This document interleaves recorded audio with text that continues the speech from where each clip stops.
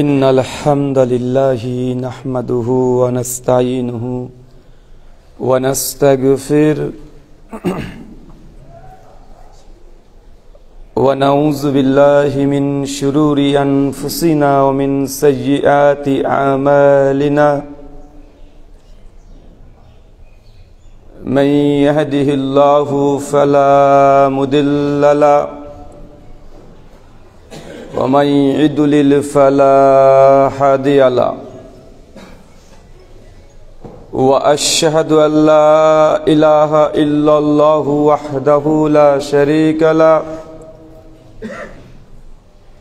وأشهد أن محمدا عبده ورسوله أما بعد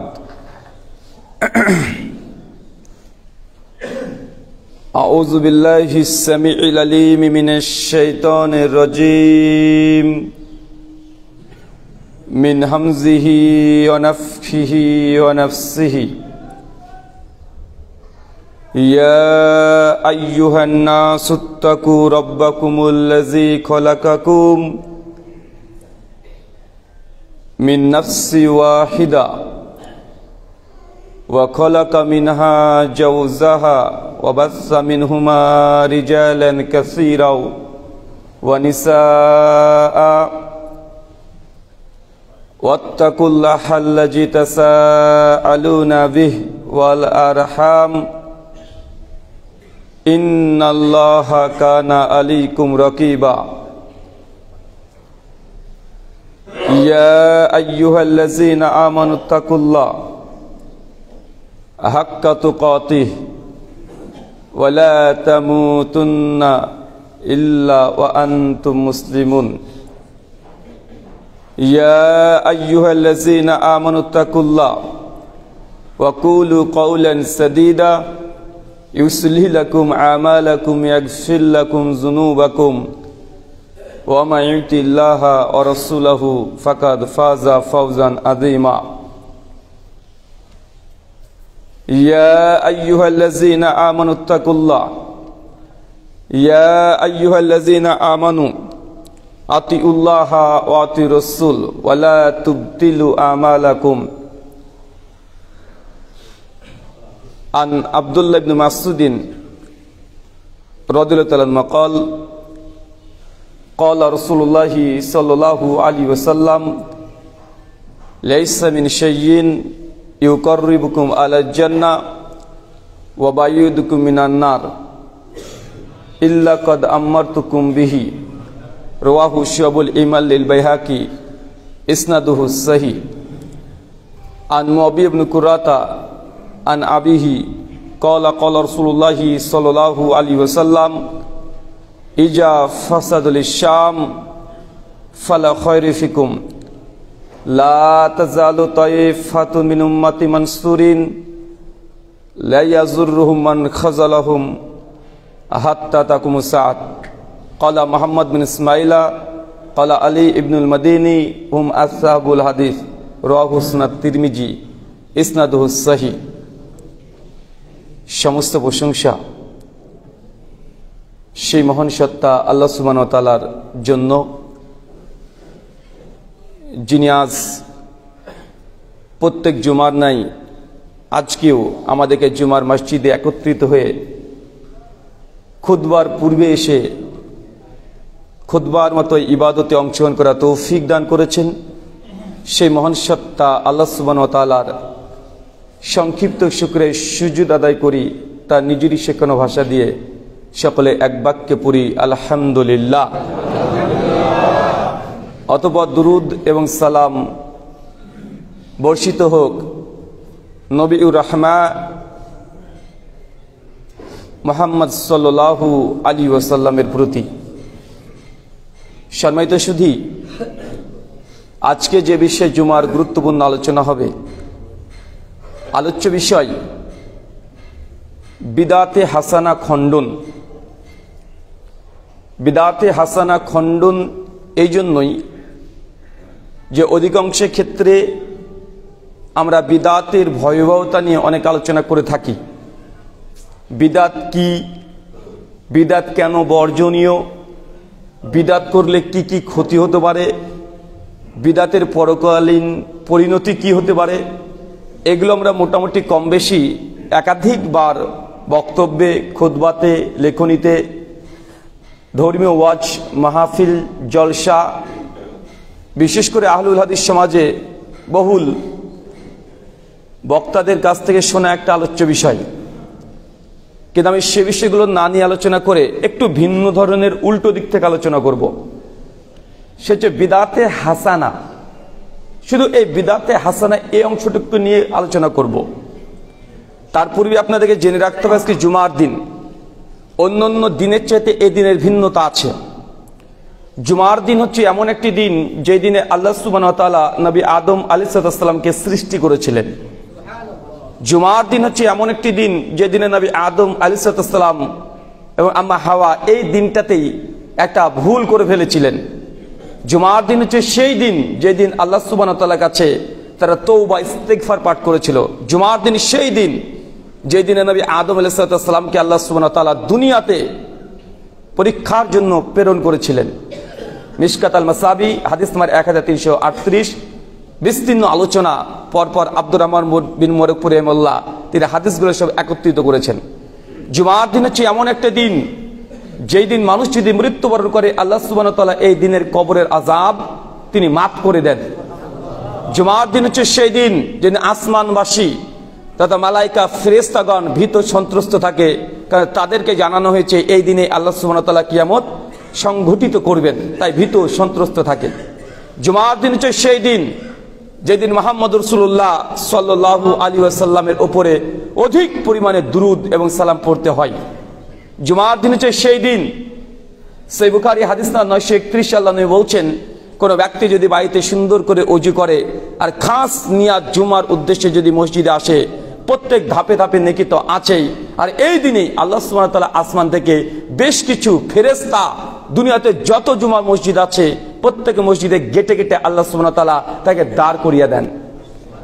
জুমার দিন ফেরেশতাদের কাজ অপেক্ষায় অপেক্ষমান থাকে, কে সেই ব্যক্তি, কে আসবে আজকে, অন্তরে নিয়াতে পূর্ণ, ইখলাসে পূর্ণ, শুধু সালাতের উদ্দেশ্যে অপেক্ষায় অপেক্ষমান সে ব্যক্তি যদি জুমার দিন প্রথম মুসল্লি হয়, ফেরেশতাকে জানানো আছে আগে থেকে আল্লাহর পক্ষ থেকে, যেই আসুক প্রথম সালাতের জন্য যদি উপস্থিত হয়, তার আমল নামায় একটা লাল উট কুরবানি করলে যে নেকি, সেই নেকিটা তার আমল নামায় লিখে দেওয়া হবে। জুমার দিন হচ্ছে সেই দিন। ইমাম ইবনে কাইয়্যিম আয-জাওযানী রাহিমাহুল্লাহ তার জাদুল মাআদ 258 নম্বর পৃষ্ঠায় লিখছেন, এই সময়তে, এই দিনটাতে আল্লাহ সুবহানাহু ওয়া তাআলা দোয়া কবুল করেন বেশি বেশি। লাইলাতুল কদরের যেমন গুরুত্ব, জুমার দিন এমন একটা সময় আছে যে সময় বান্দা আল্লাহর কাছে যা দোয়া চাইবে আল্লাহ সেটাই কবুল করে নেবে। কিন্তু সেই সময়টা কোন সময়, এটা হাদিস থেকে স্পষ্ট নয়, তবে অধিকাংশ জমহুরদের মত হচ্ছে এটা। ইমাম সাহেব যখন খুতবারত অবস্থায় এদের লাঠি নিয়ে দাঁড়িয়ে পড়েছে, এই সময় থেকে একদম আসরের ওয়াক্ত আসা পর্যন্ত এই সময়টার মধ্যে যে কোনো দোয়া আল্লাহ যে কখন কার কবুল করে নাই এটা আমরা জানা নাই, তবে দোয়া কবুল হবেই হবে। জুমার দিন হচ্ছে সেই দিন যেই ব্যক্তি প্রথম আসতে পারেনি মসজিদে, কিন্তু দ্বিতীয় স্থান সে প্রবেশ করেছে, কিন্তু নিয়াতে পূর্ণ ছিল, ইখলাস তার কোনো ত্রুটি ছিল না, কিন্তু তার কোনো ভাই তার সঙ্গে প্রতিযোগিতা করে সে দ্বিতীয় হয়ে গেছে, পারে নাই। জুমার দিন হচ্ছে সেই দিন দ্বিতীয় ব্যক্তিকে আল্লাহ সুবহানাহু ওয়া তাআলা খালি হাতে ফেরত দেন না, তার আমল নামায় একটা গরু কুরবানি করলে যে নেকি হয় তার আমল নামায় সেটা দিয়ে দেওয়া হবে, মোটেই কম নয়। শুক্রবার জুমার দিন, আপনারা তো বাংলাদেশি, এই দিন সরকারিভাবে ছুটির দিন। আমার দেশে শুক্রবারে নয়, রবিবার, সানডে, কিন্তু আপনাদের এই দিনটা ইবাদত করার জন্য মোক্ষম সুযোগ। এই দিনটাকে যদি ইবাদতের জন্য যদি খাস করে নেন, এক সপ্তাহে যাবতীয় যত গুনাহ করেছেন আল্লাহ সুবহানাহু ওয়া তাআলা চাইলে এই জুমার মাধ্যমেই আল্লাহ ক্ষমা করে দিতে পারেন। আল্লাহ সুবহানাহু ওয়া তাআলা জুমার প্রত্যেক ফজিলত তুমি আমাদের কবুল করে, সকলে বলি আমিন। আজকে যে বিষয়ে গুরুত্বপূর্ণ আলোচনা, বিদআতে হাসানা। আসলে বিদআত এটা আমরা সবাই মোটামুটি বুঝি।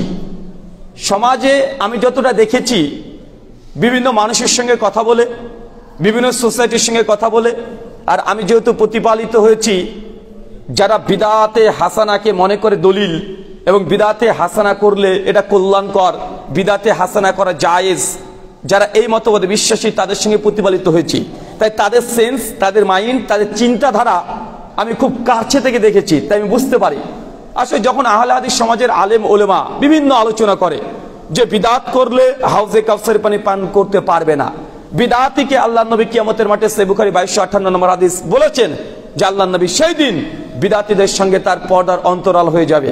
আল্লাহর নবী চিনতে পারবেন তাদের প্রত্যেককে, যখন জানানো হবে যে এরা হচ্ছে আপনার উম্মতের সেই ব্যক্তি যা ধর্মের মধ্যে বিকৃতি সাধন করেছে, আল্লাহ নবীর সঙ্গে সঙ্গে বলবেন সুহুকান লিমান গয়রি বাদি, দূর হও যারা আমার ধর্মের মধ্যে বিকৃত করেছ। আসলে এই হাদিস যখন তাদেরকে বলি, কুল্লু বিদআতিন দালালা, প্রত্যেক বিদআত হচ্ছে ভ্রষ্টতা, তাদের হৃদয়ে কোনো দাগ কাটে না, তাদের হৃদয়ের মধ্যে কোনো প্রভাব পড়ে না। কেন? কারণ তারা ছোট থেকেই শিখে আসছে যে বিদআত করলে অবশ্যই জাহান্নাম যেতে হবে। আহলে হাদিস বক্তারা যে হাদিসগুলো বলে সবগুলোর সঙ্গে একমত। আর এই হাদিস তো আমরাও পড়েছি, শুধু পড়েছি এমনটা নয় ভাই, আমরা স্টুডেন্ট ছাত্রদেরকে আমরা নিজেরাই শিক্ষক, আমরা পড়িয়েও থাকি, আমরা পরীক্ষাও নিই, পাশও করাই, ফেলও করাই। তাই এই হাদিস আহলে হাদিস যেগুলো বলছে আমরা জানি না এমনটা নয়, তবে আমরা যেটা জানি আহলে হাদিসরা সেটা জানি না। কোনটা জানি না? বলছে বিদআত মানে যে গোমরাহি, বিদআত মানে যে ভ্রষ্টতা, বিদআত করলে যে জাহান্নামে যাবে, আসলে ব্যাপারটা এমন নয়। এটা তাদের চিন্তা। কাদের চিন্তা বলেন তো? যারা বিদআত করে এবং বিদআতে হাসানাটা নাম দিয়ে এটা কল্যাণকর মনে করছে, করলে নেকির আশা করে, তাদের চিন্তা এটা। তারপর তারা বলে, আসলে দেখো একটা উদাহরণ দিয়ে বুঝতে পারবেন।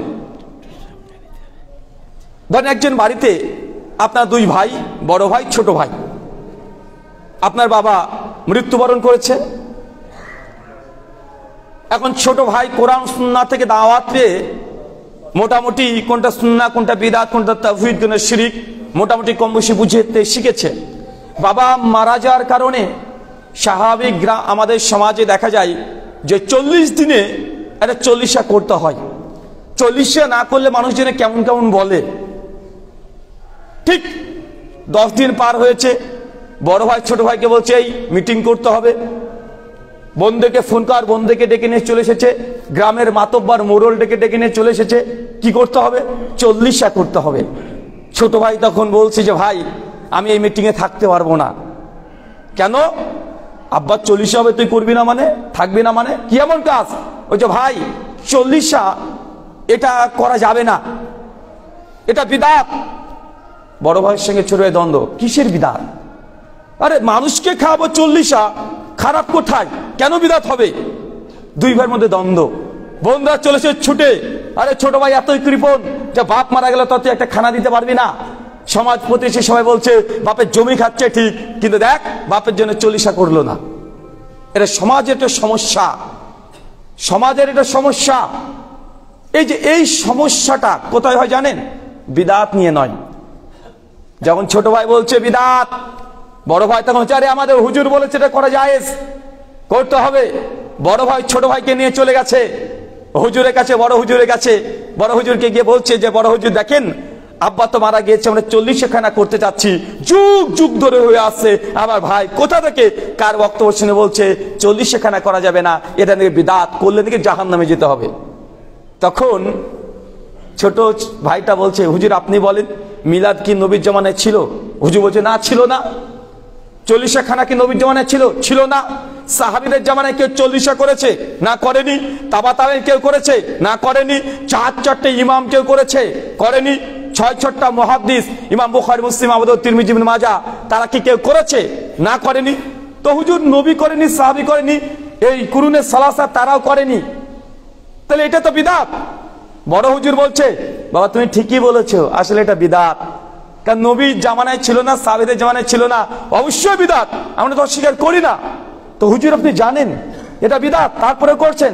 জি হ্যাঁ আমরা জানি এটা বিদআত, তবে আমি যেটা জানি বাবা তুমি এখন তোটা জানো না, তুমি কার বক্তব্য শুনেছো, শুনে এসে তুমি বলছো বিদআত মানে খারাপ জিনিস। আসলে সব বিদআত খারাপ নয়, বিদআতের দুটো ভাগ আছে, একটা বিদআতে হাসানা আর একটা বিদআতে সাইয়্যা। বিদআতে হাসানা মানে ভালো বিদআত, করলে নেকি হয়। বিদআতে সাইয়্যা মানে খারাপ বিদআত, করলে জাহান্নামে যেতে হয়।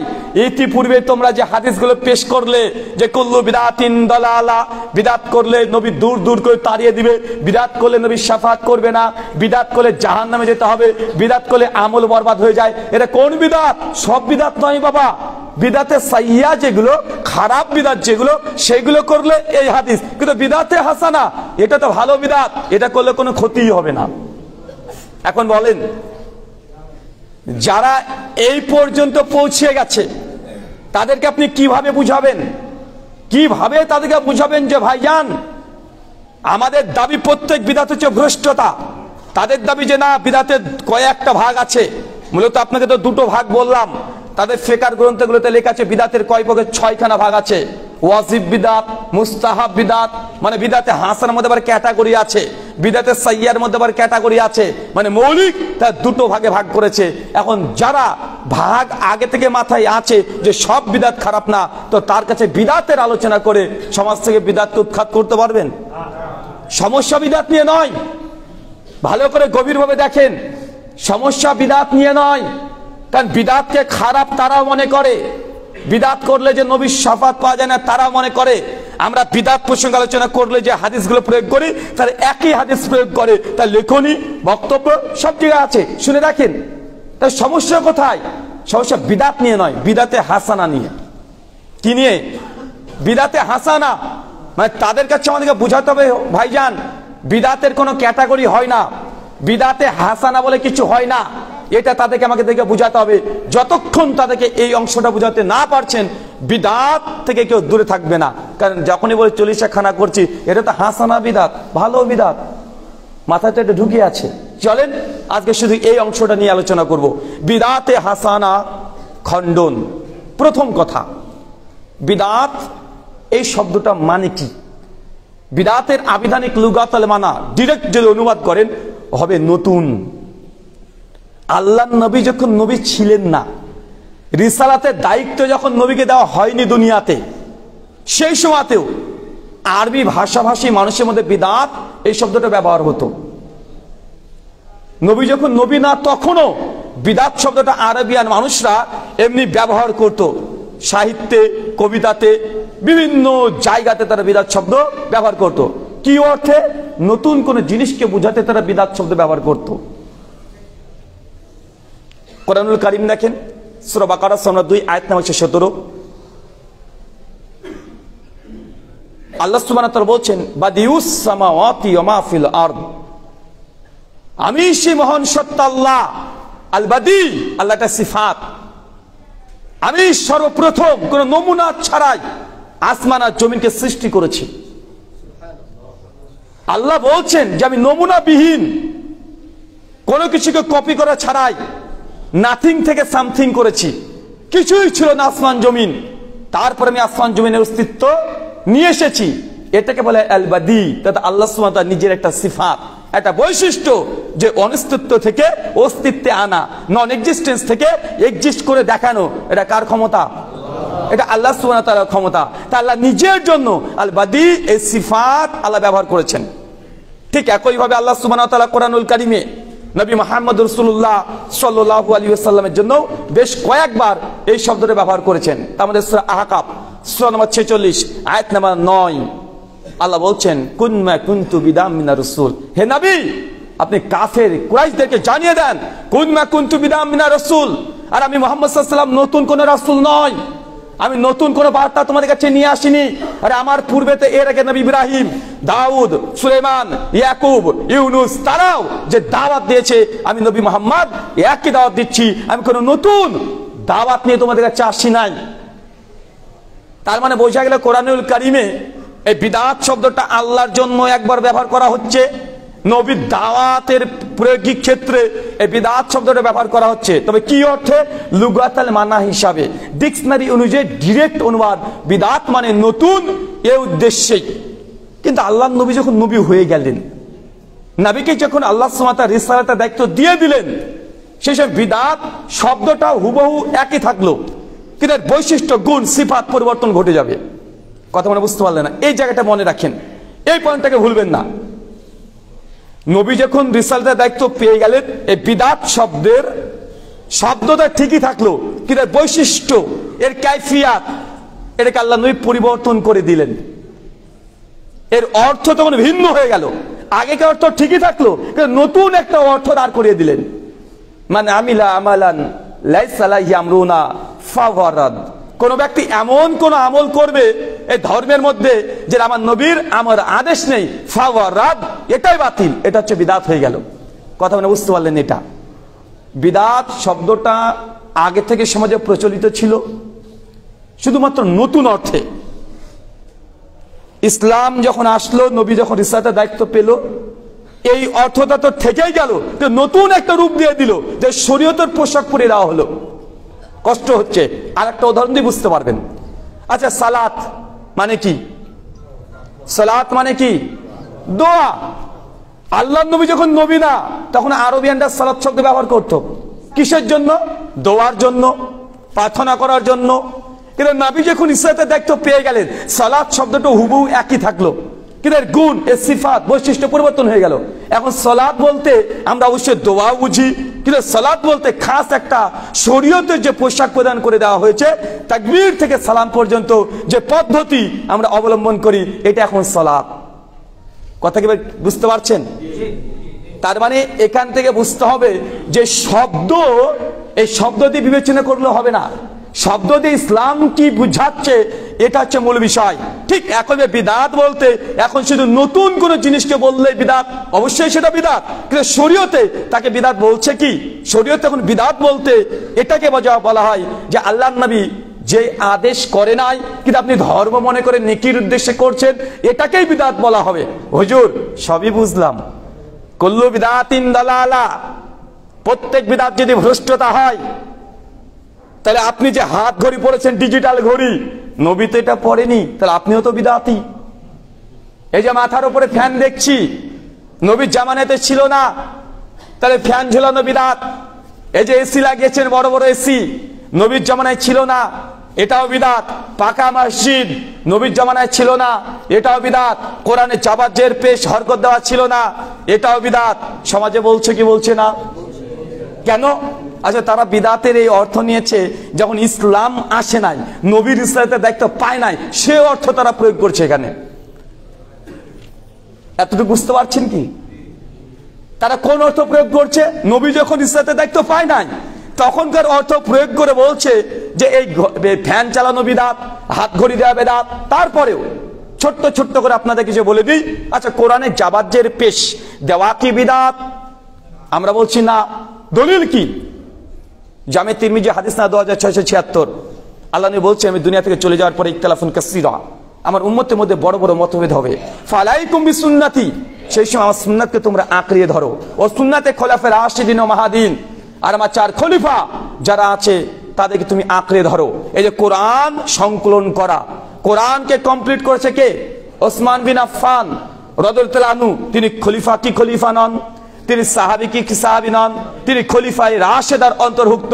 তার মানে তাদের কোন কর্ম এটা বিদআত হবে না, কারণ এটা সাহাবীদের আমল দ্বারা প্রমাণিত আছে। তাই কোরআন মাজিদকে বাইন্ডিং করা, হাদিস গ্রন্থকে লিখিত আকারে নিয়ে আসা, সাহাবীদের জামানাও আব্দুল ইবনে আমর ইবনে আস রাদিয়াল্লাহু আনহু সাইফায়ে সাদেকা রচনা করে গেছেন। আবু হুরায়রা রাদিয়াল্লাহু আনহু সাইফায়ে হাম্মাম বি মুনাব্বি রচনা করে গেছেন। আমাদের আয়েশা রাদিয়াল্লাহু আনহা সাইফায়ে আয়েশা রচনা করে গেছেন। জাবের বিন আব্দুল্লাহ সাইফায়ে জাবের রচনা করে গেছেন। কয়েক শত সাহাবীরা হাদিসের গ্রন্থ রচনা করেছে, তার দৃষ্টান্ত আছে। তাই সহিহ বুখারী নবীর জামানায় ছিল না, তাই বিদআত বলা এটা মূর্খতা, আর আহলে কোরআনদের দলিল ভারী করা ছাড়া অন্য কিছু নয়। এতটুকু যদি বুঝতে পারেন, আলোচনা প্রায় শেষের দিকে আরো কঠিন হলে বুঝতে পারবেন। তার মানে বুঝতে পারলাম যে কোরআনের মধ্যে জাবাজের পেশ দেওয়া এটা কি বিদআত?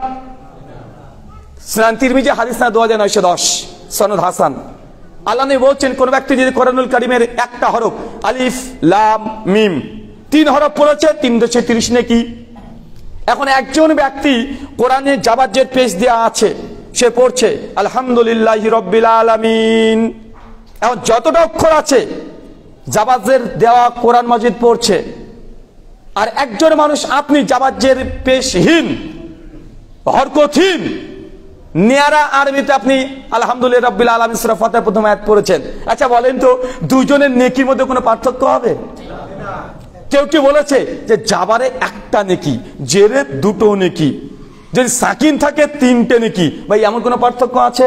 নাই। তার মানে বোঝা গেল, কেউ যদি কোরআন মাজিদ জাবাজের পেশ দেওয়া কোরআন মাজিদও পড়ে, তার নেকির কোনো পরিবর্তন হচ্ছে না। কেউ যদি জাবাজের পেশহীন কোরআন মাজিদ পড়ে, তার নেকির কোনো পরিবর্তন হচ্ছে না। আর কেউ কোরআন মাজিদ পড়বে না, অন্ধ হাফেজ আসে না নাই? আরে ও জাবাজের পেশ কিছুই লাগে না, ও কিছু লাগে? ও তো শুনে শুনে মুখস্থ করেছে, কিন্তু তার কি নেকির পরিবর্তন হচ্ছে না। অতএব বোঝা যাচ্ছে জাবাজের পেজ দেওয়ার কারণে কোরআন মাজিদের না কোনো তারিফ হয়েছে, না এর মধ্যে নেকির কোনো কম বেশি হয়েছে। আর যেহেতু এটা হয় নাই, এটা কিসের অন্তর্ভুক্ত নয়? এটা বিদআতের অন্তর্ভুক্ত নয়। আর এটা স্বয়ং আলী বিন আবি তালেব রাদিয়াল্লাহু আনহু জামানাতেই এই হরকত দেওয়ার ব্যবস্থা হয়েছিল, সূচনা হয়েছিল, কমপ্লিট হয় নাই। ওটা হাজ্জাজ বিন ইউসুফের সময় কমপ্লিট হয়েছে, মানে সূচনা করেছে আলী বিন আবি তালেবের জামানায়, 4র্থ খলিফার জামানায়। ইমাম হাজার আসকালানি তার বিখ্যাত গ্রন্থ তালখিসুল হাবিরের মুকদ্দমাতে ডিটেল ইতিহাস রচনা করেছে। তাই কোরআনের জাবাজের পেজ দেওয়াকে বিদআত বলা এটা আরেকটা মূর্খতা। কেন জানেন? কারণ তাদের মিলাদ কিয়াম যতগুলো বিদআত আছে, এরা প্রতিষ্ঠা করার জন্য কোরআনকে বিদআত বলা অপচেষ্টা চালাচ্ছে। কারণ কোরআনকে যদি একবার বিদআত প্রমাণ করতে পারে, মানুষকে খুব সহজে বোঝাতে পারবে তখন। আচ্ছা, এই যে ফ্যান, এসি, হাত ঘড়ি, 3টের উদাহরণ একসঙ্গে দিই। আচ্ছা, পৃথিবীর কোনো মানুষকে দেখেছেন যে বলেছে, ভাই যদি এই ঘড়ি পরে 5 ওয়াক্ত নামাজ পড়েন, তাহলে একটা কবুল হজ্জের সমান নেকি বেশি হবে? এরকম কার উদ্দেশ্য আছে? কেউ কি বলেছে এসি ঘরে, এসি মসজিদে, এসিতে থেকে যদি নামাজ পড়েন, তাহলে 5 ওয়াক্ত নামাজ পড়লে একটা উমরার সমান এক্সট্রা নেকি দেওয়া হবে? পাকা মসজিদ এটা নবীর জামানাতেও ছিল। সহিহ বুখারী 428 নম্বর হাদিস, আম্মার বিন ইয়াসর রাদিয়াল্লাহু তাআলা আনহু থেকে বর্ণনা আছে। আম্মার বিন ইয়াসর রাদিয়াল্লাহু তাআলা আনহু বলছেন, আমরা যখন মদিনায় মসজিদে নববী নির্মাণ করি সেই সময়তে দেখছি আল্লাহ নবী তিনি আল্লাবিনা তিনি ইট তুলছেন। লাবিনা শব্দ মজুদ আছে। ইট তুলছেন। আমিরা হামজাকে দেখছি দুটো করে তুলছেন। আল্লাহ নবী তিনিও তুলছেন। আমির হামজা ছুটে চলে আসে, ইয়া রাসূলুল্লাহ আপনি কষ্ট করবেন না, আমরা আছি। আম্মার বিন ইয়াসার তিনিও ইট তুলছেন। আল্লাহ নবী আম্মার বিন ইয়াসারকে দেখে বলছে, আম্মার বিন ইয়াসার অচিরেই তোমাকে শত্রুপক্ষরা হত্যা করবে। এই হাদিস থেকে প্রমাণ হয় যে নবীর মসজিদের নববী যেটা নির্মাণ হয়েছিল ওটা কাঁচা না, ওটা পাকাই ছিল, ইটেরই তৈরি ছিল। তার মানে পাকা মসজিদ নির্মাণ করা এটা বিদাতের অন্তর্ভুক্ত না। আর অনেকভাবে খণ্ডন করা যেতে পারে, জাস্ট আমি একটা একটা করে খণ্ডন করলাম। তাই আগে মাথা থেকে বের করে দেন এইসব জিনিসগুলোকে বিদাত বলে। যারা বিদাতে হাসানাকে জায়েজ করার চেষ্টা করছে তাকে ধোঁকা দেওয়া হচ্ছে, বোকা বানানো হচ্ছে। কেন এগুলো বিদাত অবশ্যই, তবে এটা ইসলাম নবীর রিসালাতের দায়িত্ব আসার আগেকার শব্দ তারা প্রয়োগ করছে। চলেন এবার মূল বিষয়ে আমরা প্রবেশ করি। বিদাতে হাসানা এটা কি শরীয়তে জায়েজ? বিদাতে হাসানাকে কেউ তৈরি করতে পারে? বিদাতে হাসানাকে আমাদের দ্বারা তৈরিকৃত কোন ইবাদত হতে পারে? অ্যান্সার আমাদের সহজ উত্তর জি না, হওয়া সম্ভব নয়। আমি 4টে পয়েন্ট আলোচনা করব, এক একটা পয়েন্ট মনে রাখার চেষ্টা করেন। প্রত্যেক পয়েন্টের উপর একটা করে কোরআন, একটা করে হাদিসে মুবারাকা আপনার সামনে দেব। আপনারা আরো বিস্তীর্ণ নিজে থেকে গবেষণা করে আর ডজন ডজন কোরআনের আয়াত এখানে দিতে পারবেন। প্রথম আমার আপনাদের কাছে প্রশ্ন, বলেন তো দিন তৈরি করা, শরীয়ত তৈরি করা এটা কার হক? দিন কে দিতে পারে? এটা আল্লাহর হক। আল্লাহ দিন তৈরি করার ক্ষেত্রে, শরীয়ত তৈরি করার ক্ষেত্রে আল্লাহ কারোর সঙ্গে শরীক স্থাপন করেন না। স্বয়ং আল্লাহ যা মনে করবে তাই করবে। দলিল সূরা সূরা আয়াত নাম্বার 21 আল্লাহ বলছেন, আম লাহুম শুরাকাউ শারাউ লাহুম মিনাদ-দ্বীন মা লাম ইয়াযাম বিহিল্লাহ। হে নবী, ওই কাফের মুশরিক যারা আছে তাদের মধ্যে কি এমন কোন দেবতা আছে, এমন কোন উপাস্য আছে যারা নিজেরা নিজেদের জন্য দিন তৈরি করে দেয়? মা লাম ইয়াযাম বিহিল্লাহ, অথচ আমি আল্লাহ তাদেরকে দিন তৈরি করার ইখতিয়ারই দিই নাই। মানে আল্লাহ সুবহানাহু ওয়া তাআলা বলছেন দিন তৈরি করা একটা আল্লাহর হক, দিন আল্লাহ দেবেন। আল্লাহ দিন তৈরি করার ক্ষেত্রে, শরীয়ত তৈরি করার ক্ষেত্রে আল্লাহ কারোর সঙ্গে শরীক স্থাপন করে না। আল্লাহ যা মন চায় আল্লাহ তাই দেবে। আল্লাহ বলেছেন শরীয়ত জোহর আসর অনুচ্চ স্বরে কিরাত করতে হবে। দিনের নামাজগত অনুচ্চ স্বরে কিরাত করছি, আজকে জুমার দিন আজকে উচ্চ স্বরে করতে হবে, এটাই শরীয়ত। যুক্তি চলবে না। শরীয়ত যখন স্পষ্ট, নুসুস যখন স্পষ্ট, যুক্তি চলবে না। সুনান আবু দাউদ কিতাবুত তাহারা হাদিস নাম্বার 146 আলী বিন আবি তালেব বলছে দিনের মধ্যে যদি কিয়াস এটাই যদি সর্বাধিক প্রাধান্য পেত তাহলে যখন আমরা মোজা মাসা করি তাহলে আমরা তলে করতাম না, আমরা উপরে করতাম না, তলেই করতাম। শীতের সময় মোজা মাসা করেন না, তলে করেন না উপরে করেন? উপরে করেন। তো যুক্তি কিয়াস অবশ্যই শরীয়ত বুঝার জন্য একটা মাধ্যম। তবে কিয়াস তখনই প্রয়োগ করতে হয় যখন নুসুস স্পষ্ট কোনো কিছু প্রমাণিত নেই, যখন আমরা কোনো জাহিরি ভাবে কোনো কিছু পাচ্ছি না কোরআন বা হাদিস থেকে, তারপরে বিভিন্ন হাদিস কোরআনকে সামনে রেখে নিজের একটা যুক্তি প্রয়োগ করতে পারি। কিন্তু নাস যখন স্পষ্ট, সে যুক্তি এখানে চলে না। কিন্তু আমাদের সমাজে উল্টো আমরা চলে যাচ্ছি। এই পয়েন্টটা মনে রাখেন, দিন তৈরি করা এটা কার হক? আল্লাহর হক। আল্লাহ কাউকে শরীক নেবে না, প্রয়োজন নেই। শরীয়ত তৈরি করার ক্ষেত্রে আল্লাহ শরীক নেন না, হুকুম আল্লাহ দেবেন। আল্লাহর কাছ থেকে জিজ্ঞাসাবাদ করা প্রয়োজন নেই। পয়েন্ট নাম্বার 2, আচ্ছা বুঝলাম যে দিন তৈরি করা আল্লাহর কাজ। তাহলে আল্লাহ এই দিনকে কি কমপ্লিট রেখেছেন না কিছুটা ফাঁকা রেখেছেন? পরবর্তী সময়তে আমাদের মতো হুজুররা এসে কিছু কিছু ইবাদত তৈরি করে বলবে যে এটা ভালো ইবাদত, নবী করেনি, সাহাবী করেনি, আল্লাহ কোরআনে দেয়নি, তবে মনে হচ্ছে ইবাদতটা ভালো। এই ভালো মনে করে কোন ইবাদত তৈরি করার কি ইখতিয়ার আমাদেরকে দিয়েছে? কেন? দিন তৈরি করা আল্লাহর হক। আল্লাহ এই হকটাকে মুকাম্মাল কমপ্লিট করে দিয়েছে, কোনো ফাঁক ফোকর রাখে না। দলিল সূরা মাইদা 5 আয়াত 3 আল্লাহ বলছেন আল ইয়াউমা আকমালতু লাকুম দীনাকুম, আমি দিন ইসলামকে সম্পূর্ণ মুকাম্মাল পরিপূর্ণ করে দিয়েছি। দিন ইসলাম তো মুকাম্মাল, এই প্রশ্ন যদি করা হতো নবী মুসা আলাইহিস সালামের জামানায়, যে ইহুদি জাতিকে বলা হতো যে দিনের মধ্যে কোনো ফাঁক ফোকর আছে না নাই, তারা জবাব যদি দিত হ্যাঁ দিন যেহেতু মুসা আলাইহিস সালামের মাধ্যমে কমপ্লিট হয় নাই তাই কিছুটা ফাঁকা আছে, কিন্তু শরীয়তে মুহাম্মাদিতে কোনো ফাঁকা অংশ আছে, কোনো খাদার আছে? এটা কমপ্লিট হয়ে গেছে। এই আয়াতের ব্যাখ্যা আসছে সে বুখারী কিতাবুল ইলম হাদিস নাম্বার 42 এবং 43। ওমর ইবনুল খাত্তাব একদিন মদিনার গলি দিয়ে ছুটছেন, চলাচল করছেন তার খিলাফতের সময়।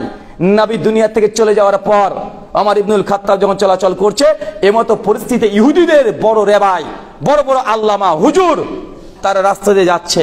যেতে যেতে সঙ্গে সঙ্গে ওমর ইবনুল খাত্তাবকে বলছে, ওমর তোমাদের কোরআনে এমন এক আয়াত আছে যে আয়াত যদি আমাদের ইহুদি জাতির উপর যদি অবতীর্ণ হতো সেই দিনকে আমরা ঈদ হিসাবে উদযাপন করতাম। কে বলছে বলেন তো?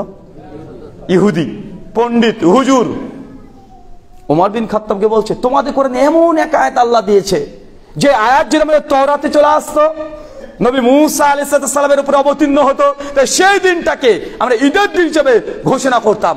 ওমর ইবনুল খাত্তাব বলছে, কোন সেই আয়াত? সঙ্গে সঙ্গে ইহুদি জবাব দিয়ে বলছে, কোরআন মাজিদ সূরা মাইদা 3 নম্বর আয়াত, আল ইয়াউমা আকমালতু লাকুম দীনাকুম, আমি দ্বীন ইসলামকে মুকাম্মাল করে দিয়েছি।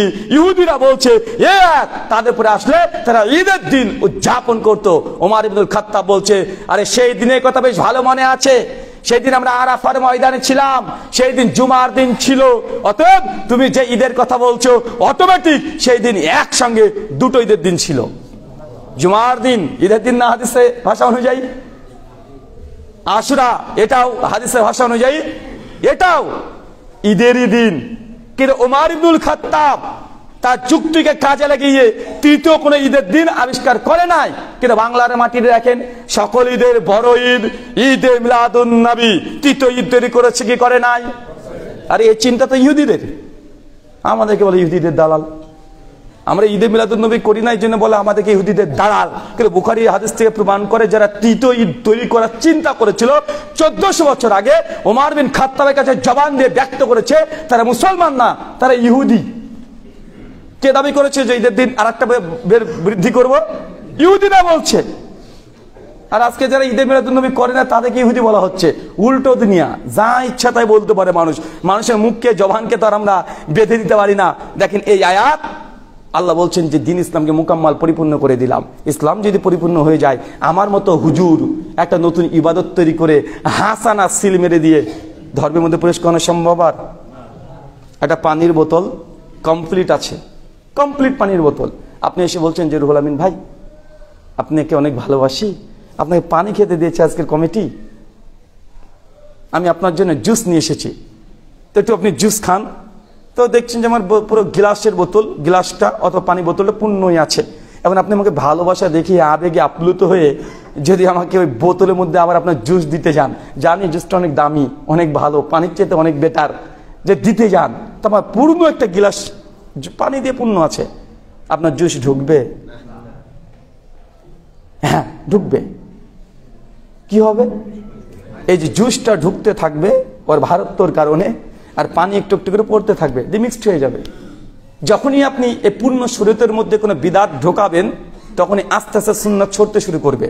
যেই দিন থেকে ফরজ নামাজে পড়ে মুনাজাত হাত তুলে একাকার হয়ে কাদাকাটি করে শুরু হয়েছে, সেই দিন থেকে ফরজ নামাজ পড়ে দোয়া জিকির আজকাল সুন্নাত সবগুলো আসমান দিয়ে উঠে পড়েছে। কারণ যখনই বিদাত প্রবেশ করে সুন্নাত উঠতে শুরু করবে। দেখেন দৃষ্টান্ত তাই ঘটেছে। আল্লাহ কোরআনে বলছে দিন ইসলামকে মুকাম্মাল পরিপূর্ণ করে দিলাম, আল ইয়াউমা আকমালতু লাকুম দীনাকুম ওয়া আতমামতু আলাইকুম নি'মাতি। শুধু পূর্ণ করেছে এমনটা নয়, আল্লাহ বলছেন এই ইসলামের মধ্যে ইসলামকে আমি পূর্ণ করেছি, পরিপূর্ণ করেছি, যত নিয়ামত আছে সবগুলো দিয়ে। নিয়ামত মানে কি? উত্তম, কল্যাণকর, ভালো। হুজুর বলছে হাসানা, আরে হাসানা তো আল্লাহ দিয়ে পূর্ণ করেছে। আর হচ্ছে যত নিয়ামত আছে সমস্ত নিয়ামত দিয়ে আজকে ইসলামকে আমি পূর্ণ করে দিলাম। আল্লাহর দাবি ইসলামের মধ্যে সমস্ত কিছু হাসানা আছে, সমস্ত কিছু খায়ের আছে, উত্তম আছে। তারপর আমরা হুজুরা বলছি যে না না না নবীর জীবনে ছিল না, কিন্তু আমলটা তো ভালো, করলে ক্ষতি কি আছে না? নাই কথা বলেন। আরে আল্লাহর দাবি ইসলাম পূর্ণ হচ্ছে সমস্ত হাসানা দিয়ে, তোমার কোনো হাসানা তৈরি করার দরকার নেই। তারপর আমরা হাসানা তৈরি করছি কি করছি না? ইসলাম হচ্ছে মুকাম্মাল, পরিপূর্ণ দিন তৈরি করা আল্লাহর কাজ। আল্লাহ এই হককে কমপ্লিট করেছে, কোনো হুজুরের হাতে ছেড়ে দেয় নাই, কোনো ব্যক্তির হাতে ছেড়ে দেয় নাই যে নতুন কোন ইবাদত আপনি তৈরি করবেন। হ্যাঁ, হুজুরদের কাজ কি শরীয়তের কোন মাসালা স্পষ্ট না থাকলে সেটা ইস্তেমবাদ করে ইস্তেহাদ করে মাসালার সমাধান দেওয়া। নতুন ইবাদত তৈরি করার দরজা বন্ধ হয়ে গেছে। ইবাদত তৈরি করা একটা আলাদা জিনিস, আর যে কোনো একটা বিষয়ে মাসালা ইস্তেমবাদ করে ফতোয়া দেওয়া আলাদা জিনিস।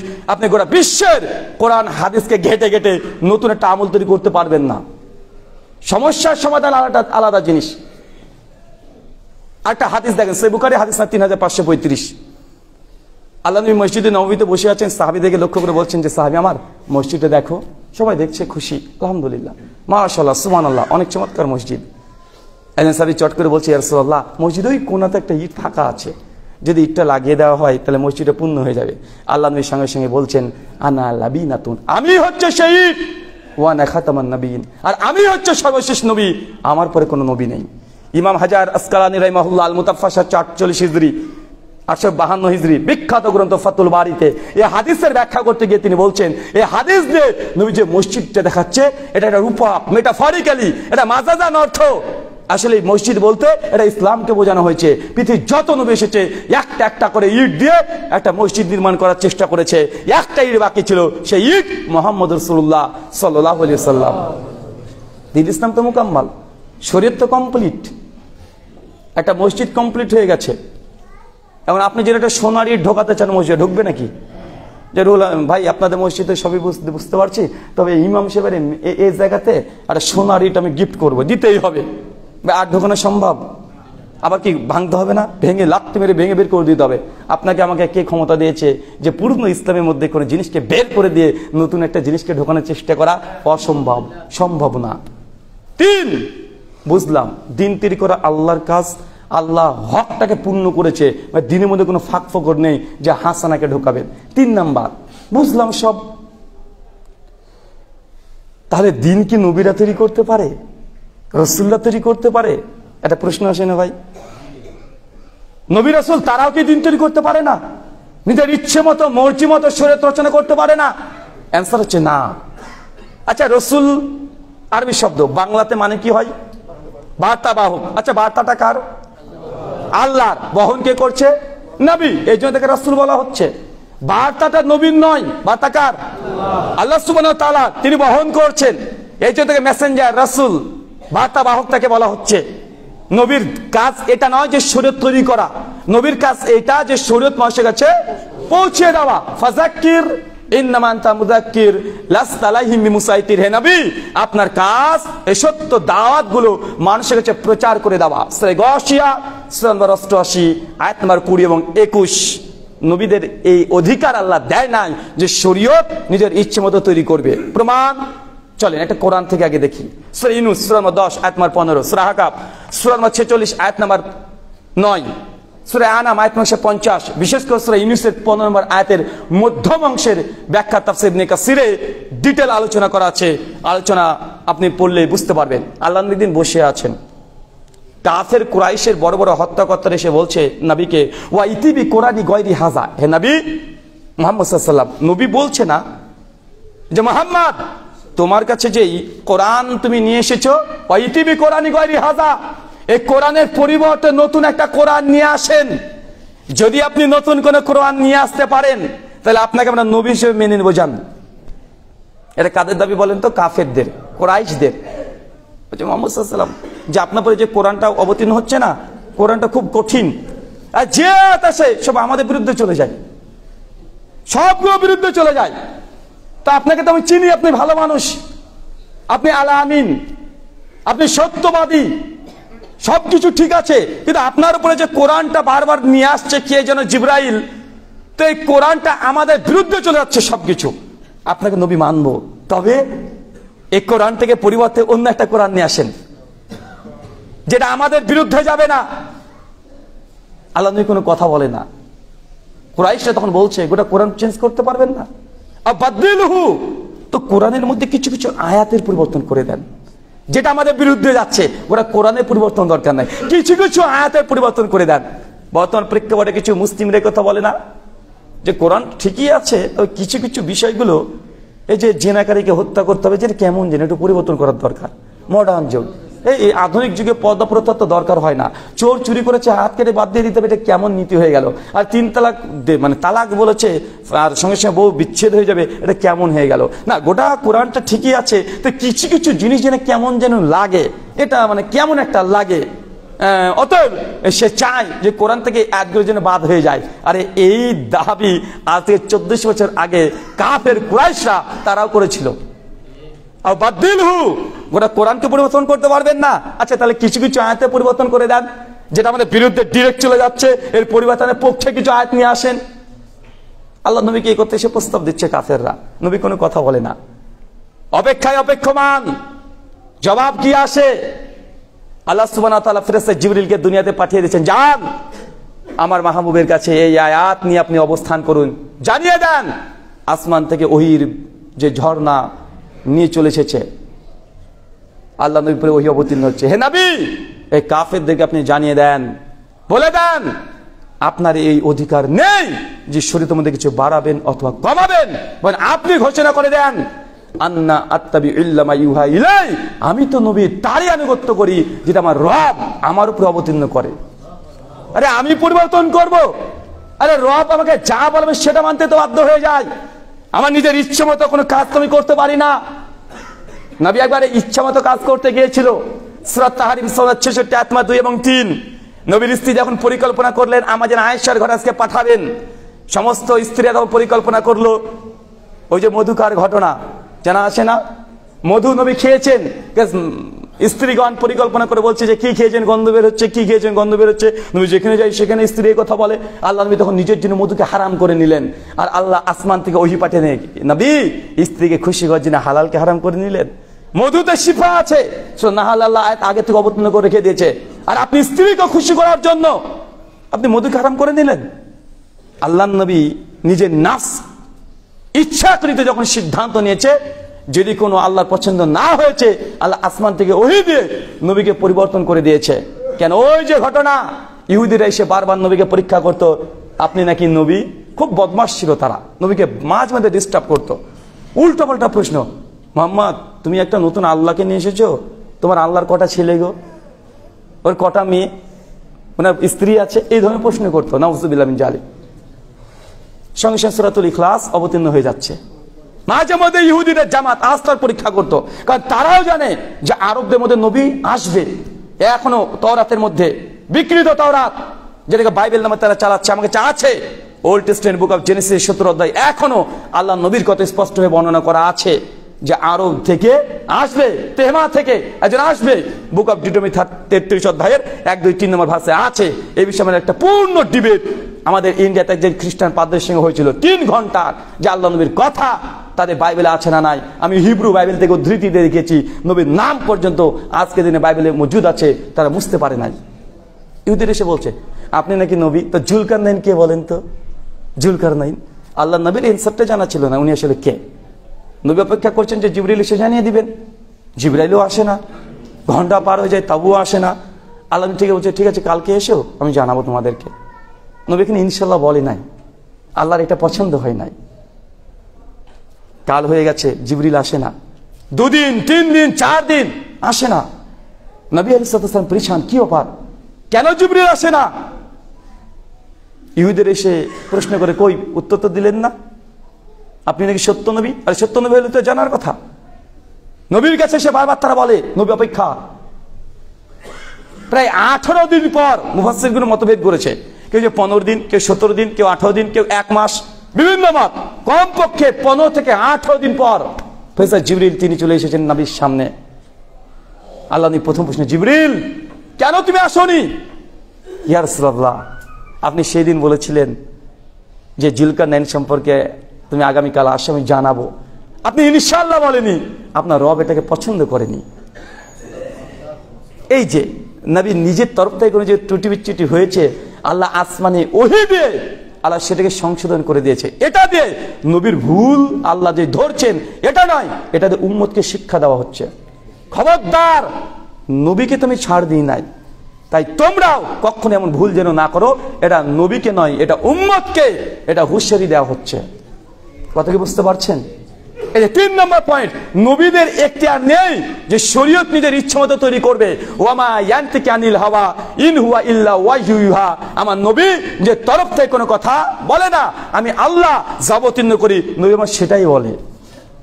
লাখাযনা মিনহু বিল ইয়ামিন সুম্মা লাকাতআনা মিনহু ওয়াত-তিন। যদি আমার নবী নিজের তরফ থেকে কোনো কথা বলতো, কল্পিত কোনো কথা বলে দিত, আমি আল্লাহ আমার নবীকে ছাড় দিতাম না, তার দক্ষিণ হস্তকে আমি টেনে ধরতাম, তার কণ্ঠশিরাকে আমি ছিন্ন করে দিতাম। আল্লাহ নবীকে এত কঠিন ভাষা আল্লাহ বলেছেন, এটা মূলত নবীকে নয়, এটা উম্মতকে বলা হচ্ছে যে তোমরা যারা মনে করছো কোরআন এটা কোনো কবিতার বই, কোরআন এটা কপি করা বই, কোরআন কোন জায়গা থেকে এসেছে, আল্লাহর কাছ থেকে আসে নাই। আল্লাহ তার জন্য বলছে যে আমার নবী আমি যাকে এত ভালোবাসি, সেও যদি আমার নামে একটা শব্দ নতুন কিছু বলে বলতো, আমি তাকেও ছাড় দিতাম না। আর তোমরা কাফের, তোমরা বলছো যে নবী বানিয়ে বানিয়ে কথা বলছে। সূরা হাক্কা 69 আয়াত 31, 42, 43, 44 পর পর বর্ণনা আছে। আসর নাজম আয়াত 3 এবং 4। তার মানে বোঝা যাচ্ছে নবী ইচ্ছাকৃত মন গড়া কোনো কথা বলার এখতিয়ার রাখে না। শরীয়ত তৈরি করবে এটা নবীর এখতিয়ার নেই। আল্লাহ এই পাওয়ার, এই অথরিটি কোন নবী রাসূলকে দেন নাই, আমাদের হুজুরকে দিয়ে দিলেন।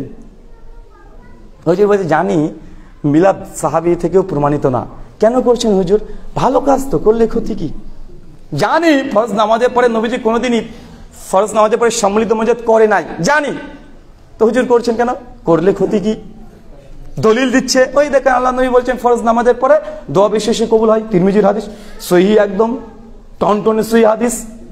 এবার তিরমিজি এতটুকু, আবু দাউদে চলে আসে 1488 নম্বর হাদিস। কি আল্লাহ বলেছেন কোন বান্দা যদি 2 হাত তুলে আল্লাহর কাছে দোয়া করে, আল্লাহ খালি হাতে ফেরত দেন না। এই একটা দলিলকে নিয়ে নিয়েছে, মানে তিরমিজির একটা দলিল, আবু দাউদের একটা দলিল। তৃতীয় দলিল আরেক জায়গায় চলে যাচ্ছে, তাফসীরে তাবারির মধ্যে আছে একটা ঘটনা যে কোন জামাতবদ্ধ হয়ে কেউ যে দোয়া করে আল্লাহ সেটা কবুল করে। 3 দলিলকে নিয়ে এসে বলছে অতএব ইয়া থেকে প্রমাণিত হলো ফরজ নামাজের পরে সম্মিলিত মুনাজাত একদম জায়েজ। তো এটা দিয়ে তো বাথরুম ঘরে ঢোকার আগে হাত তুলে মুনাজাত জায়েজ করা যায় কেন? ওই যে সম্মিলিত মুনাজাত আল্লাহ কবুল করে, 2 হাত তুলে দোয়া করলে আল্লাহ খালি হাতে ফেরত দেয় না। আর বাথরুম ঘরে ঢোকার আগে তো দোয়া আছে, স্ত্রী সবসে পূর্বে তো তাহলে সম্মিলিত মুনাজাতের দলিল পাওয়া যাবে। গোটা পাড়ার লোককে ডাকবেন, চল সব চলে আসবেন আজকে, মানে আপনার যদি ইচ্ছে হয় গোটা গ্রামবাসীকে দাওয়াত দিবেন, কি হয়েছে রাত 12টার দিকে চলে আসবেন, দোয়া করবেন। দলিল তো পাওয়া গেছে, জামাতবদ্ধ দোয়া করলে আল্লাহ কবুল করে। যে দলিল নিচ্ছে ওই দলিল দিয়ে স্ত্রী সহসে পূর্বেও সম্মিলিত মুনাজাত প্রমাণ করা যায়।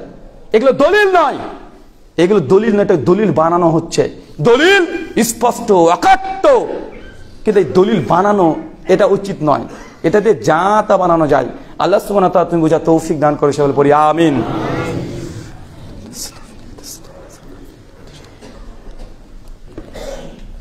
আলহামদুলিল্লাহি রাব্বিল আলামিন ওয়াসসালাতু ওয়াসসালামু আলা রাসূলিহিল আমিন ওয়া আলা আলিহি ওয়া সাহবিহি আজমাইন, আম্মা বাদ। সম্মানিত সুধী, শেষ একটা অংশ, সে পয়েন্টটা হচ্ছে যে নবীদের অধিকার ছিল না যে শরীয়ত তৈরি করা। আপনার বুঝ দিয়ে একটা হাদিস বলি, সহিহ বুখারী হাদিস না 349, কিতাবুস সালাতের মধ্যে আছে, সুনান আবু দাউদ 1499, কিতাবুল জুমার মধ্যে আছে, আর বিভিন্ন গ্রন্থে হাদিসগুলো বর্ণনা আছে।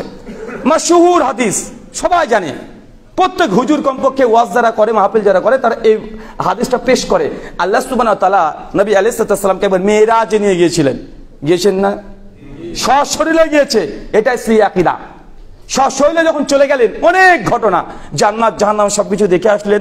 আল্লাহ সুবহানাহু ওয়া তাআলার পক্ষ থেকে নামাজ ফরজ পেলেন, নামাজ নিয়ে আসলেন, অনেক কিছু তৌফা হাদিয়া আল্লাহর পক্ষ থেকে নিয়ে আমাদের নবী দুনিয়াতে তিনি আসছেন। 6 নম্বর আসমানে একজন নবী দাঁড়িয়ে আছেন, নাম কি? নবী মুসা আলাইহিস সালাম, জলিলুল কদর নবী, অনেক রাগ, যেমন তেমন নবী না। রাস্তা দেখবেন চলছে, ইহুদিদের অন্য গোত্রের মানুষের সাথে নবী মুসা আলাইহিস সালাম গোত্রের মানুষের সঙ্গে দ্বন্দ্ব ঝামেলা করছে, খুব বাড়াবাড়ি করছে। মুসা আলাইহিস সালাম দুপুর বেলায় মাথাতে রাগ আছে, হনন করে হেঁটে গিয়ে একজনকে ধরে এক থাপ্পড়ে অজ্ঞান, স্পট ডেট, মানে স্পট ডেট, ওখানে মারা গেছে। বাহুর জোর দেখেছেন কত? সূরা হুদের মধ্যে 25 থেকে 40 নম্বর আয়াতে আছে। আল্লাহ সুবহানাহু ওয়া তাআলা মালিকুল মউতকে বলছে, মালিকুল মউত যাও, মুসার হাত শেষ, তার রুহটাকে কবজ করে নিয়ে আসো। মুসা আলাইহিস সালাম ঘুমাচ্ছেন, দুপুরবেলা রেস্ট নিচ্ছেন। মুস্তাদরাক হাকিম হাদিস নাম্বার 2218 আছে যে মালিকুল মউত সালাম দেয় নাই, ঘরের মধ্যে ঢুকে পড়েছে। আর নবী মুসা আলাইহিস সালাম ঘুমাচ্ছে, মাথার কাছে গিয়ে মালাকুল মউত গিয়ে বসে আছে, রুহটাকে কবজ করবে টাইম হলে। মুসা আলাইহিস সালামকে কয়েকবার খোঁচা দেওয়ার চেষ্টা করেছে, ডাকার চেষ্টা করেছে, কিন্তু সালাম দেয় না, ঘুম পাচ্ছে, ক্লান্ত। ঘুম থেকে উঠে দেখছে সামনে মালাকুল মউত, ঠাতে এক থাপ্পড় আবার। সহিহ বুখারী বর্ণনা 1318 নম্বর হাদিস, তার ডান চোখ মালাকুল মউত। কে জানেন? আপনি হয়তো চিনতে পারবেন না, আপনার কাছে আজরাইল, যাকে দেখলে দুনিয়া সবাই ভয় করে। মালাকুল মউত মানে আজরাইল ফেরেশতা ধরে, আজরাইল ফেরেশতাকে মুসা আলাইহিস সালাম এক থাপ্পড়, চোখটা টুক করে বেরে গড়া করে খেতে শুরু করেছে। মালাকুল মউত ভেঙে তোর আল্লাহর কাছে, একদম আসমানে গিয়ে 7 আসমানে গিয়ে, আল্লাহ কার কাছে পাঠিয়েছো? দেখাও সারা, মারাও সারা। চিন্তা করেছেন কত বড় নবী? মানুষ হয়েছে সাধারণ মানুষ, ফেরেশতাকেও ছাড় দেয় না। এরপর বলছে একদিন আল্লাহ তোমাকে দেখবো, এবার নেন, আল্লাহকে দেখতে চাই। আল্লাহ হচ্ছে মুসা তুমি বিশ্বাস করো? আল্লাহ বিশ্বাস তো করি। তো বিশ্বাস করে তুমি দেখবে কেন? আচ্ছা আল্লাহ এই বিশ্বাস করি, কিন্তু আরো ইয়াকিনটা যেন মজবুত হয়। সূরা আরাফ 143 নম্বর আয়াত, মুসা লান তারানি, কখনো আমাকে দেখতে পাবে না তুমি। আল্লাহ আমি দেখবো যে, বারবার জেদ করে। আল্লাহ হচ্ছে মুসা যখন জেদ করছে কি করার, এতই শখ। তো ছোট শিশু শখ করে না বাবার কাছে, করে তো। শীতের সময় দেখবেন ছেলে বলছে আব্বা আইসক্রিম খাবো, মা বলছে আইসক্রিম খেতে হবে না, ঠান্ডা লেগে যাবে। যে না আমি আইসক্রিম খাবো, আরে আইসক্রিম খেতে হবে না, ঠান্ডা লেগে যাবে। মা সোয়েটার পরে খাবো তাহলে। সোয়েটার পরে যদি আইসক্রিম খাই ওর কি ঠান্ডা লাগবে না? তো মুসা আলাইহিস সালাম ওই ধরনের দাবি করছে যে আল্লাহ আমি তোমাকে দেখবো। আল্লাহ হচ্ছে তুমি দেখতে পাবে না। তারপরে সব ঘটনা আপনার জানাই আছে। তো এত বড় একজন নবী আসমানে ধরছে আমাদের নবীকে, রাসূলুল্লাহ আল্লাহ কি তোফা দিয়েছে, হাদিয়া কি দিয়েছে। আমাদের নবী খুশি মনে বলছেন যে ফরাজে খামসিন সালাতান, আমার উম্মতকে আল্লাহ 50 ওয়াক্ত নামাজ দিয়েছে। মুসা আলাইহিস সালাম শুনে তো অবাক, আরে বলে কি 50 ওয়াক্ত নামাজ? যান ফিরে যান, ইলা রাব্বিক, রবের কাছে যান, সালাতকে কমিয়ে নিয়ে আসেন, আপনার উম্মত পারবে না। আল্লাহ নবী ভাবছে তাই, আল্লাহ চলে গেছে, আল্লাহ আমার উম্মত পারবে না 50 ওয়াক্ত, তুমি একটু কমিয়ে দাও। আল্লাহ 5 কমিয়ে দিয়েছেন। আবার নবী চলে আসছেন, 5 কমে গেছে। মুসা হচ্ছে কত? 5 কমেছে 45 আছে। যান ফিরে যান, ইলা রাব্বিক, রবের কাছে যান, এখন আপনার উম্মত 50 এই 45 পারবে না, আবার কমান। নবী আবার চলে যায়, যায় আর আসে, যায় আর আসে, বারবার গিয়ে শেষে এসে দাঁড়িয়েছে 5। কত? 5। মুসা যান, আবার যান। আল্লাহ যে আমার লজ্জা লাগছে, আমি আর যেতে পারবো না রবের কাছে, আমার উম্মত 5 পারবে না। আল্লাহ তখন জানিয়ে দেন, হে নবী আপনার উম্মত যদি 5 ওয়াক্ত সালাত আদায় করে, আমি আল্লাহ তাদেরকে আপনার বরকতে 50 ওয়াক্তের ফজিলত দিয়ে দিব। আর একবার যদি নবী যেতেন মুসা আলাইহিস সালামের কথা শুনে, তাহলে নামাজ যদি নাই থাকতো খুব বেশি ভালো হতো না? বারবার যা আশা করছে, একবার যদি যেত, শুধু বলতে মাগরিব আছে, তাহলে আমরা সবাই 5 ওয়াক্ত নামাজে মানে একদম নামাজের পাক্কা পাবন্দি হয়ে যেতাম, একবার যদি যেত নাকি। আচ্ছা এই ঘটনা থেকে মৌলিক আপনি কিছু শিক্ষা দিতে চাই। এই হাদিস থেকে কমপক্ষে 20 খানা ইস্তেদলাল করা সম্ভব এই অংশটুক থেকে। প্রথম পয়েন্ট, বলেন তো মুসা আলাইহিস সালামের মর্যাদা মাকাম, তার আজমত বেশি না আমাদের শেষ নবী মুহাম্মদ রাসূলুল্লাহ সাল্লাল্লাহু আলাইহি সাল্লামের? বেশক আমাদের নবী। তার মানে বোঝা গেল কখনো কখনো ছোটরাও বড়দেরকে সংশোধন করে দিতে পারে, পীর সাহেবের ভুল হতে পারে, মুরিদ ঠিক করে দিতে পারে, আমিরে জামাতের ভুল হতে পারে, আর সাধারণ কর্মীরাও সংশোধন করে দিতে পারে। কেউ যদি দাম্ভিকতা করে যে না তুমি ছোট মানুষ, তুমি কি জানো, এটা ঠিক নয়। কখনো কখনো বড়দের ভুল ছোটরা সংশোধন করে দিতে পারে কি পারে না? পারে। 2, এই হাদিস থেকে আর একটা মৌলিক শিক্ষা আপনি নিতে পারেন। প্রথম কথা হচ্ছে এটা, এই হাদিস প্রমাণ করে আমাদের নবী আলিমুল গায়েব নন। সমাজে এক শ্রেণীর মানুষ আছে যারা বলে নবী আলিমুল গায়েব, অতীত বর্তমান ভবিষ্যৎ উম্মতের সব খবর রাখে। এই হাদিস প্রমাণ করে যে না, যদি নবী সমস্ত খবরই রাখতেন উম্মতের, আল্লাহ যখন 50 দিয়েছে বলতে পারতেন যে আল্লাহ আমার উম্মত 50 পারবে না, কমিয়ে দাও। বলতেন কি বলতেন না? তিনি বলেননি, চলে আসছে। মুসা আলাইহিস সালাম বলছে, তারপর তিনি ফিরে যাচ্ছেন। মানে এই হাদিস থেকে আলিমুল গায়েব এটাকে রদ করা হয়। 3, শেষ পয়েন্ট সংক্ষিপ্ত করি। এই হাদিস থেকে প্রমাণ বহন করে যে আল্লাহ নবী তার কাছে এই অথরিটি ছিল না যে শরীয়তের মধ্যে কিছু বাড়াবে বা কমাবে। কিভাবে? আচ্ছা নবী যদি অধিকার থাকতো তো নবী মুসা আর আল্লাহ নবী আসমানে বসে তার দুজনই পরামর্শ করতো যে আল্লাহ 50 দিয়েছে, ঠিক আছে এক কাজ করেন, আপনার উম্মত পারবে না, 5 করে দেন আপনি। যদি অথরিটি থাকতো করতো কি করতো না? বারবার আল্লাহ কাছে যাওয়ার কি দরকার? বারবার আল্লাহ কাছে যায়, আল্লাহ কমিয়ে দেন কমিয়ে দেন। তাহলে তাদের কাছে অথরিটি নেই, যে 50 ওয়াক্ত নামাজকে নিজে কমিয়ে দিবে, ইবাদত কমাবে, নিজের ইচ্ছাদের শরীর তৈরি করবে, বৃদ্ধি করবে বা কমিয়ে দিবে, নবীদের কাছে এই অধিকার নেই। আসমানে বসে দুইজন নবী বারবার পরামর্শ করছে আর আল্লাহর কাছে যাচ্ছে, আল্লাহ ইবাদত কমিয়ে দেন, নামাজ কমিয়ে দেন, মানে তাদের কাছে অথরিটি নাই শরীয়তের মধ্যে বাড়াবে বা কমাবে। কিন্তু আমরা এই 50কে আমাদের নবী পাস করতে পারে না, কিন্তু আমার আপনার হুজুর আফজাল যিকরি লা ইলাহা ইল্লাল্লাহ কেটে ইল্লাল্লাহ করে দিয়েছে। কত বড় ক্ষমতা দেখেছেন আমাদের। আসলে আমাদের হুজুরদের অনেক বেশি ক্ষমতা, আমরা পারি না এমন কিছু নেই। তার মানে এই হাদিস প্রমাণ করে নবীদের অধিকার নেই, আল্লাহ এই সম্পূর্ণ অথরিটি দেয় নাই যে শরীয়তের মধ্যে যা ইচ্ছা তাই কমাবে বা বাড়াবে। তো আপনি বিদাতে হাসান একটা তৈরি করে ঢোকাচ্ছেন কিভাবে? কে অধিকার, কে অথরিটি দিল? অসম্ভব, এটা হতে পারে না। আল্লাহ সুবহানাহু ওয়া তাআলা তুমি আমাদেরকে বোঝার তৌফিক দান করো, সকলে পড়ি আমিন। আল্লাহ, যারা আমরা বিদআতের সঙ্গে যুক্ত আছি তুমি তাদের প্রত্যেকের হৃদয়ে সুন্নাতের মুহাব্বত আর বিদআতের প্রতি ঘৃণা তুমি জাগিয়ে দাও, সকলে পড়ি আমিন। আমাদের মধ্যে যারা অসুস্থ আছে আল্লাহ সুবহানাহু ওয়া তাআলা তুমি শাফি, তুমি সুস্থতা প্রত্যেকে তুমি শিফায়ে কুল্লিয়া দান করো, সকলে পড়ি আমিন। আমাদের মধ্যে যারা মৃত্যুবরণ করেছে আল্লাহ, তারা যদি শিরক না করে মৃত্যুবরণ করে তুমি তাকে ক্ষমা করে জান্নাতুল ফিরদৌস দান করো, সকলে পড়ি আমিন। আমাদের মধ্যে যারা এখন হালাল উপার্জন করতে পারি না আল্লাহ, তুমি রাজ্জাক, তুমি রিজিক দাতা, তুমি আমাদের প্রত্যেককে হালাল উপার্জন দিয়ে পূর্ণ করে দাও, সকলে পড়ি আমিন। আমরা যারা ঋণগ্রস্ত, ক্ষতিগ্রস্ত আল্লাহ সুবহানাহু ওয়া তাআলা এই ঋণের গজব, ঋণের আযাব থেকে আমাদের প্রত্যেককে তুমি পরিত্রাণ দান করো, সকলে পড়ি আমিন। আমাদের মধ্যে যারা অনেকেই পারিবারিক মেলবন্ধন ভালোবাসা প্রীতি পরিবারে নেই আল্লাহ, আমাদের পরিবারের প্রতি ভালোবাসা মহব্বত আমাদের হৃদয় তুমি গেঁথে দাও, সকলে পড়ি আমিন। এই বলে আজকের মতো জুমার খুতবা শেষ করলাম। ওয়া মা আলাইনা ইল্লাল বালাগ, সুবহানাকাল্লাহুম্মা ওয়া বিহামদিক ওয়া আশহাদু আল্লা ইলাহা ইল্লা আনতা আস্তাগফিরুকা ওয়া আতুবু ইলাইক। আসসালামু আলাইকুম ওয়া রাহমাতুল্লাহি ওয়া বারাকাতুহু।